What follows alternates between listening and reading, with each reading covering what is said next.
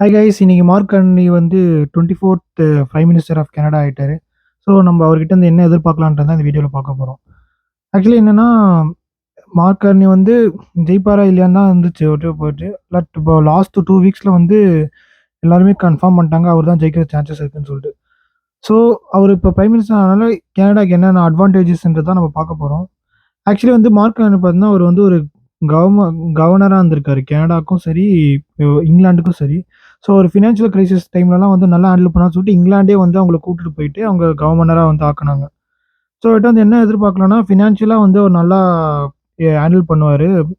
International ஸ்டூடண்ட்ஸா இருந்தாலும் சரி, இப்ப இங்க இருக்கவங்க சரி, ஃபினான்ஷியலுக்கா நெறைய ஹெல்ப் எல்லாருக்கும் பூஸ்ட் பண்ணி விடுவாருன்னு சொல்லிட்டு தான் எல்லாரும் சொல்றாங்க.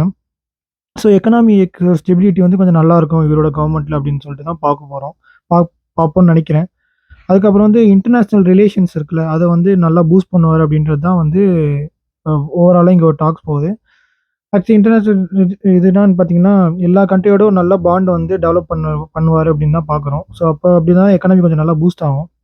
அப்புறம் வந்து ஹவுசிங் கிரைசிஸ்லாம் வந்து கொஞ்சம் நெறைய போயிட்டு இருக்கு கனடால.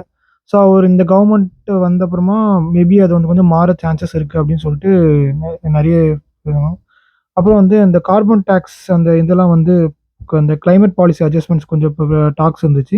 ஸோ அதையும் மார்க் கார்னி வந்து மாத்துவார்ன்னு சொல்லிட்டு கேள்விப்படுறோம். ஸோ இதுதான் தான் ஆக்சுவலி இந்த கனடால நடக்க போகுது. ஸோ இன்டர்நேஷனல் ஸ்டூடண்ட்ஸ்க்கு அது இவரு இப்போ பிரைம் மினிஸ்டர் ஆனா என்னலாம் ஹெல்ப்பா இருக்கும் தான் நம்ம பார்க்கணும். ஸோ எப்படின்னு பார்த்தீங்கன்னா, அவர் வந்து எஜுகேஷன்ல வந்து நெறைய இன்வெஸ்ட் பண்ணுவாரு அப்படின்னு சொல்லிட்டு சொன்னேன். ஸோ எஜுகேஷன் இன்வெஸ்ட் பண்ணி மறுபடியும் வந்து ஸ்டடி பர்மிட், ஒர்க் பர்மிட்லாம் வந்து கொஞ்சம் நெறைய சான்சஸ் இருக்கு. வெளில கொஞ்சம் நெறைய பூஸ்ட் ஆவறதுக்கு.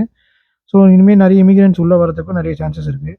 அதே மாரி ஜாப் ஆப்பர்ச்சுனிட்டீஸ் வந்து இன்கிரீஸ் ஆகும்ன்னு சொல்லிட்டு எல்லாமே சொல்றாங்க. மார்க்கெட் இனிமே கொஞ்சம் பம்ப் ஆகுமும் வந்து பேசப்படுது இவரு வந்த அப்புறமா. அதுக்கப்புறம் வேற என்ன வந்து இன்டர்நேஷனல் ஸ்டூடண்ட்ஸ் பொறுத்தவரைக்கும் பிஆர்க்குலாம் கொஞ்சம் ஹெல்ப் ஆக சான்சஸ் இருக்கு. அப்புறம் ஸோ இது வந்து கொஞ்சம் இதெல்லாமே பாசிட்டிவ் டெவலப்மெண்ட்ஸா நம்ம வந்து எல்லாருமே சொல்றாங்க. ஸோ நெகட்டிவ் பத்தி எனக்கு ஆக்சுவலி பெருசா ஐடியா இல்ல. இது வந்து ஆ இதெல்லாம் வந்து அவரு முன்னாடியே பிரைம் மினிஸ்டர் ஆவறதுக்கு முன்னாடி கொடுத்த இந்த டாக்ஸ்லாம் வந்து சொன்னாரு. இதெல்லாம் பண்ணுவோம், அதெல்லாம் பண்ணுவோம்ன்னு. சரி ஓகே. இப்ப நேத்து தான் வந்து பிரைம் மினிஸ்டர் ஆயிருக்காரு. ஸோ இனிமே தான் தெரியும் என்னென்ன நடக்க போகுதுன்னு சொல்லிட்டு. நம்ப இது பொறுத்திருந்து தான் பார்க்கணும். Thank you.